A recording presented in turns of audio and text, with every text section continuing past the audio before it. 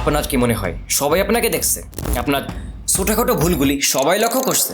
আমরা অনেক সময় মনে করে থাকি আমাদের পোশাক, চেহারা কিংবা কথাবার্তায় সবাই হয়তো খেয়াল করছে, কিন্তু বাস্তবতা হলো এই যে সবাই তাদের নিজেদের জীবন নিয়ে এতটাই ব্যস্ত যে আমাদের ছোটখাটো বিষয়গুলি কেউ এতটা ভালোভাবে লক্ষ্য করে না। আসলে এই ব্যাপারটার নাম হচ্ছে স্পটলাইট ইফেক্ট। স্পটলাইট ইফেক্ট হলো সেই মানসিক অবস্থা যেখানে আমরা মনে করি অন্যরা আমাদের প্রতি একটু বেশি মনোযোগ দিচ্ছেন। এটি মস্তিষ্কের একটি সাধারণ প্রবণতা, কিন্তু এইটি আমাকে হুদই পেটা দেয়। মানুষ স্বাভাবিকভাবেই নিজেকে কেন্দ্রে ভাবতে পছন্দ করে, এটি আমাদের মস্তিষ্কের ইগো থেকে আসে।